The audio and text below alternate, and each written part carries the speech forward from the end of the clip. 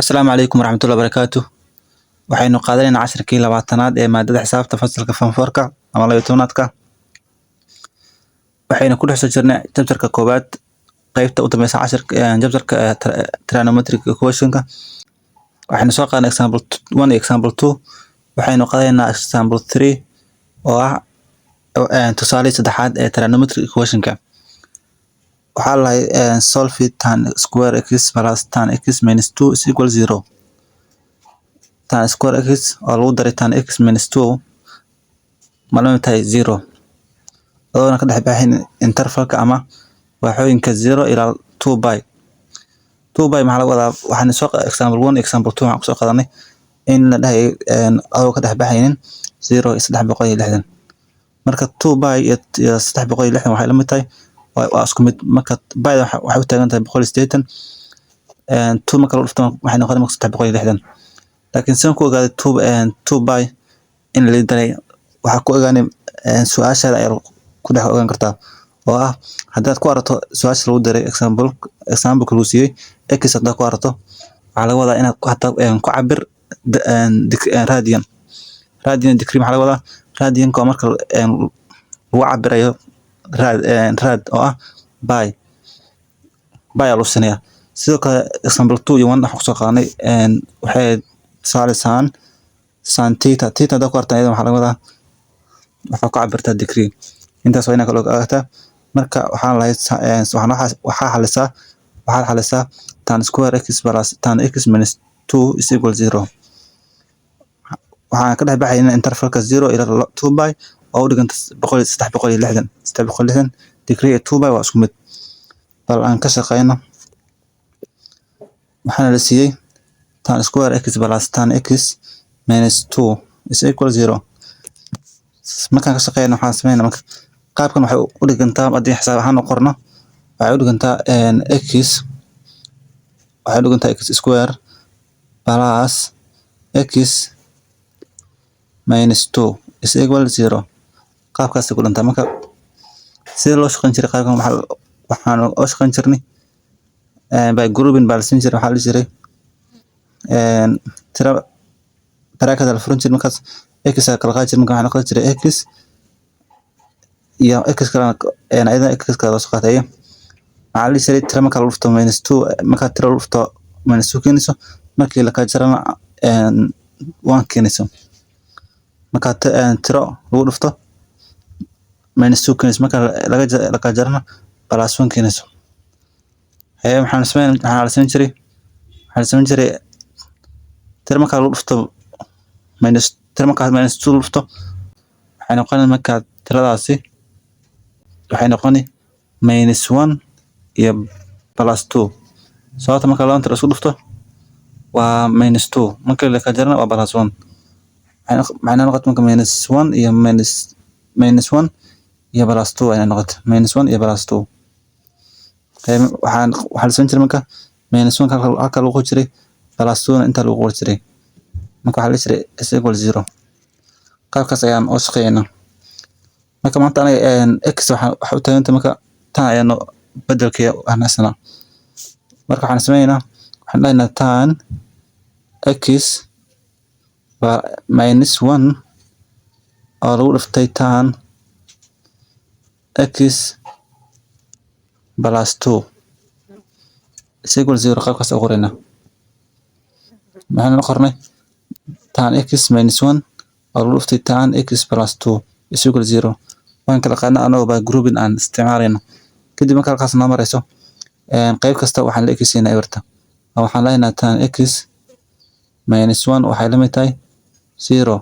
sidoo kale tan x plus 2 waxay la mid tahay 0. labada qaab ayaan u kala qoraynaa. tan x minus 1 is equal 0 waa qaybta kale waxaa waaye tan x plus 2 is equal 0. halkaas haddana marka noo marayso waxaan sameynaynaa minus 2 ayaan wareejinaynaa. waxaan leeyahay tan x is equal minus marka xaggaas equal ka marto waxay noqonay plus 1. qaybta kale waxaan leeyahay tan x is equal 2 aan wareejinaynaa oo plus y minus noqon marka minus 2 ay noqon. marka qaabkaas ayaa qoraynaa. waxay noqotay tan x plus tan x is equal 1 qaybta kale waxay noqotay tan x is equal minus 2 oo plus 2 ayd minus 2 ay noqotay calaamada equalka dhankaas ka martay ay kadib marka halkan marayna waxaan sameeynaa tan x is equal tan x is equal 1 y harna soo helno qiimaha x ta marka waxaan sameeynaa x waxay la mid tahay tan baa dhahaynaa inverse plus lagu dhuftay 1 tan inverse 1 intaas markaan waxaan gelinaynaa calculator-ka markaan calculator gelino waxaan soo bixi tan inverse 1 markaan calculator geliso waxaa ku soo baxaya pi oo loo qaybiyay 4 sababtoo ah waxaan ku shaqeynaynaa radian bal intaas aan qorano tan xarnayna qiimaha soo helno x marka waxay noqonaysaa tan inverse 1 kadib qaybta kale waxaa ku soo hartay qaybta kale waxaa sameynaysaa tan x ayaa waxay tahay minus 2 hay x harnayna qiimaha soo helno marka waxay noqonaysaa tan inverse 2 minus wata minus iska tag marka ayuu positive qaado kadib x waxay noqonaysaa tan inverse 2 marka calculator geliso waxaa ku soo baxaya 1.1071 ay ku soo baxayso intaas aan qorayna marka waxay noqon marka tan inverse 2 ayaan gelinay kadib qaybta waxaan soo bixi tan inverse 1 waxaan soo bixi by x in la mid tahay by oo loo qaybiyay 4 halka qaybta kale ay soo baxayso x waxay la mid tahay 1.1071 bal qaabka loo geliyo calculator-ka ayaan sameeynaa waxaan rabnaa inaan calculator gelino tan inverse 1 see loo geliyaa marka horeysa horta waa inaad calculator-ka ka dhigato hadda degree ku yahay ayaan raad ka dhigto marka waxaa sameynay shift ayaa taabanaysaa mode kadib waxaa ku soo bixi optionada ku soo bixi ama toolskan waxaa ka taabanaysaa number 4 ayaa ka taabanaysaa number 4 ayaa taabanaysaa kadib hadda calculator-ku wuxuu ku yahay radian kadib waxaa sameynaysaa waxaa taabanaysaa shift tan kadib tan inverse ku soo baxay kadib waxaa gelinaysaa 1 ayaa gelinaysaa kadib bracket ku xidh waxaana soo baxay 1 by oo loo qaybiyay 4 marka wankaas marka by loo dhufto by ay noqon marka jawaabta waxay noqonay by oo loo qaybiyay 4 ay qaybta waxay ahayd wali wuxuu noo yahay radian marka waxaan sameeynaa shift aan taabanayna waxaan taabanayna shift tan kadib waxaan gelinaynaa 2 kadib bracket ku xidh kadib equal lemanka waxaa soo baxay 1.107 ayaa noo soo baxay marka sax ay noo tahay qaabkaas ayaa loo geliyaa calculator-ka marka ay dhamaysato radian haddana waxaa ku noqonaysaa meesha shift waxaa taabanaysaa shift mode kadib number 3 ayaa taabanaysaa waxay ku noqon marka radian ee waxay ku noqon degree hadda waxaan soo helnay qiimaha x oo ah waxay noqoni by loo qaybiyay 4 qaybta kale waxaan soo helnay qiimaha x oo noo noqotay 1.1071 kuwaas marka labadaas qayb ama labada waaxood waxay noo sheegaan in yihiin waaxda koobaad waxay noo sheegaysaa x inay tahay waaxda koobaad oo reference angle-ka marka qaybta kale waxay noo sheegaysaa in waaxda koobaad tahay marka waxaan sameeynaa marka waxaan leeyahay tan x ama tan goormay balas tahay afarta waaxood meeqa waaxood ay balas tahay tan waxay balas tahay waaxda koobaad iyo waaxda saddexaad qaybta kale goormay tan tahay minus meeqa waaxood ay tahay minus marka tan minus waxay tahay waaxda labaad iyo waaxda afraad marka hadda waxaan haysanaa waaxda koobaad waxaan haysanaa markay balas tahay sidoo kale waxaan haysanaa reference angle-ka oo kana marka waxaan raadinaynaa qaybtan waxaan raadinaynaa waaxda koobaad waxaan haysanaa waa balas waaxda labaad aan raadinaynaa marka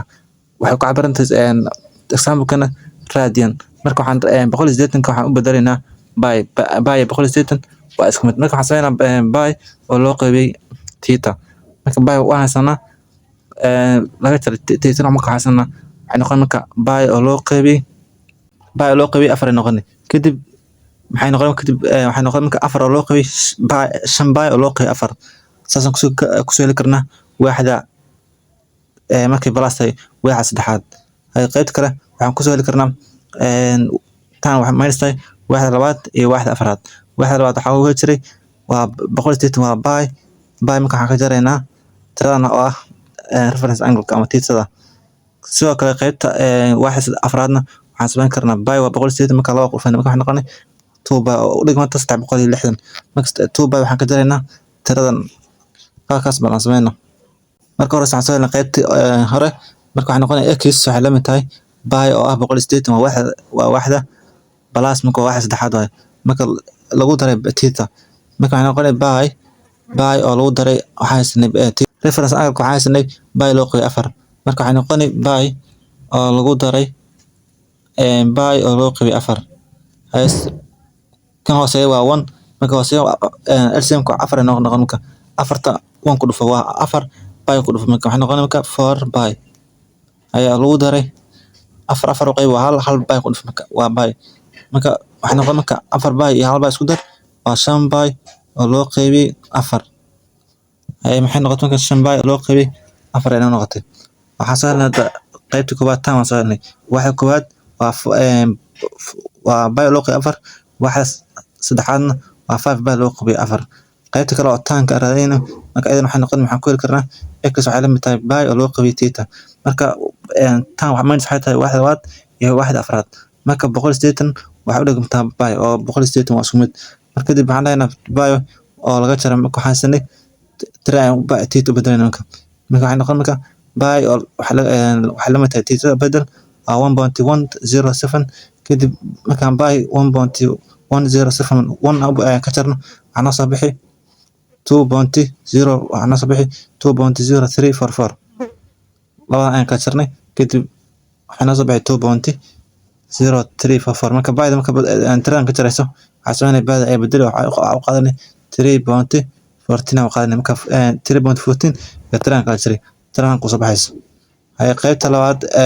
waaxda afraad oo tan minus tahay ayaan waxaan sameeynaa 2 bay oo qayna 2 bay 360 waa isku mid marka laga jaray dhahna 2 bay oo laga jaray 1 oo ah reference angle-ka 1.1071 kadib markaan ka jaray waxaan soo bixi 5 waxaan soo bixi 5.176 5.176 aan soo baxayso waxaan sameeynay 2 bay oo ah 2 bay markaas 2 bay oo ah 360 marka waxaan noqonay laba ay wax ku fanay bay bedel 3.14 oo bedel kadib laga jaray kan soo qaado 1.107 marka inta marka isku dhufata ka jirto waxa ku soo bixi 5.176 marka marayna xasbayna dhamaantu waxay afarta waaxood ayaa isku keenay oo ah bay oo loo qaybay 4 iyo 5 bay oo loo qaybay 4 iyo 2.0344 iyo 5.167 afartaas ayaa hal mar isku keenay oo set solution-ka ama dhammaan halkeena noo ah marka waxay noqotay bay loo qaybay 4 iyo 5 bay oo loo qaybay 4 waa qaybta hore qaybta kale waxay noqonay 2.033 iyo 5.176 laba qaybna waa labada qayb dambe marka qaybkaas aan shaqeynay example-ka saddexaad ee trigonometric equation-ka